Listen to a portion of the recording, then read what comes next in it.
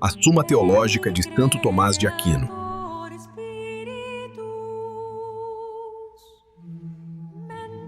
Em nome do Pai, do Filho e do Espírito Santo. Amém. Se existe apenas uma eviternidade. Objeção 1.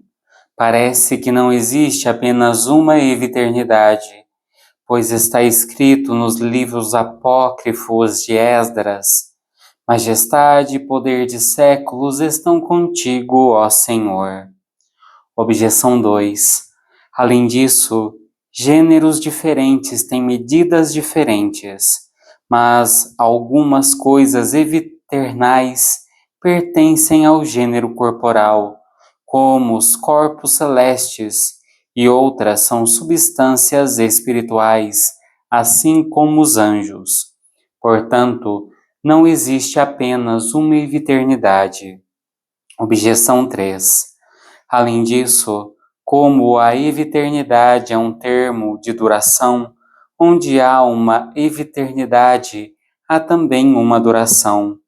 Mas nem todas as coisas eviternais têm uma duração, pois algumas começam a existir depois de outras, como aparece no caso especialmente das almas humanas. Portanto, não existe apenas uma eviternidade. Objeção 4.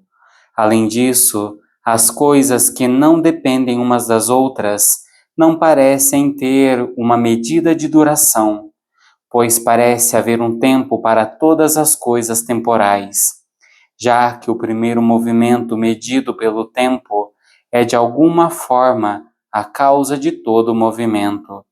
Mas as coisas eviternais não dependem uma das outras, pois um anjo não é a causa de outro anjo. Portanto, não existe apenas uma eviternidade. Pelo contrário, a eviternidade é uma coisa mais simples do que o tempo e está mais próxima da eternidade. Mas o tempo é um só, portanto, muito mais é a eviternidade única. Eu respondo que existe uma dupla opinião sobre esse assunto. Alguns dizem que existe apenas uma eviternidade, outros que existem muitas eviternidades. O que é verdade pode ser considerado a partir da razão pela qual o tempo é um, pois podemos subir das coisas corporais ao conhecimento das coisas espirituais. Agora, alguns dizem que há apenas um tempo para as coisas temporais, visto que existe um número para todas as coisas numeradas, como o tempo é um número de acordo com o filósofo. Isso, entretanto, não é uma razão suficiente, porque o tempo não é um número abstraído da coisa numerada, mas existe uma coisa enumerada. Caso contrário, não seria contínuo, pois 10 metros de tecido são contínuos, não por causa do número, mas por causa da coisa numerada. Ora, o número, tal como existe na coisa numerada, não é o mesmo para todos, mas é diferente para coisas diferentes.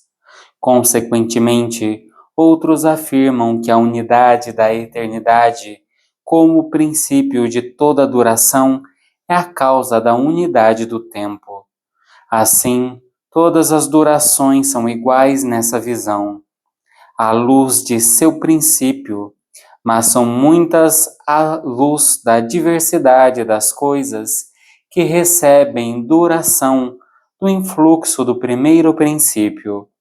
Por outro lado, outros atribuem a matéria primária como a causa pela qual o tempo é um, pois é o primeiro sujeito do movimento, a medida do qual é o tempo. Nenhuma dessas razões, entretanto, é suficiente, pois as coisas que são um em princípio ou em assunto, especialmente se distantes, não o são absolutamente, mas acidentalmente. Portanto, a verdadeira razão pela qual o tempo é um deve ser encontrada na unidade do primeiro movimento, pelo qual, por ser mais simples, todos os outros movimentos são medidos.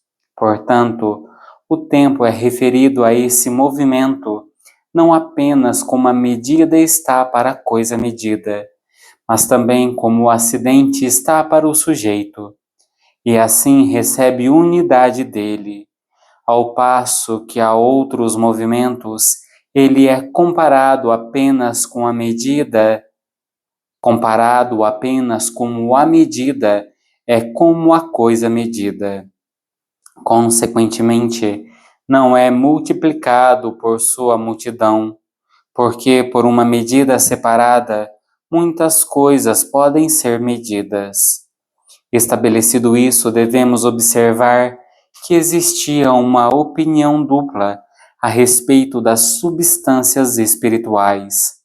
Alguns disseram que todos procediam em Deus, em uma certa igualdade, como Orígenes disse, ou pelo menos muitos deles, como alguns outros pensaram. Outros disseram que todas as substâncias espirituais procedem de Deus, em certo grau e ordem. E Dionísio parece ter pensado assim quando disse que entre as substâncias espirituais existem o primeiro, o meio e o último, mesmo em uma ordem de anjos. Ora, de acordo com a primeira opinião, deve ser dito que existem muitas eviternidades, como existem muitas coisas eviternais de primeiro grau. Mas, de acordo com a segunda opinião, seria necessário dizer que existe apenas uma eviternidade, porque uma vez que cada coisa é medida pelo elemento mais simples de seu gênero, deve ser que a existência de todas as coisas eviternais deve ser medida pela existência da primeira coisa eviternal, que é tanto mais simples quanto mais perto está da primeira. Portanto, porque a segunda opinião é mais verdadeira, como se verá adiante, admitimos atualmente que existe apenas uma eviternidade. Resposta à primeira objeção. A eviternidade às vezes se confunde com a idade, isto é, um espaço de duração de uma coisa, e assim dizemos muitas eviternidades quando falamos em idades. Resposta à segunda objeção. Embora os corpos celestes e as coisas espirituais difiram no gênero de sua natureza, eles ainda concordam em ter um ser imutável e, portanto, são medidos pela eviternidade. Resposta à terceira objeção. Todas as coisas temporais não começaram juntas, não obstante, há um tempo para todos eles, em razão do primeiro medido pelo tempo, e assim todas as coisas eviternais têm uma eviternidade por causa da primeira, embora nem todas tenham começado juntas. Resposta à quinta objeção.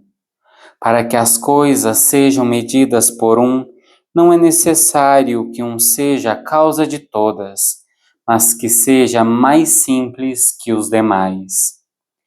Deus abençoe.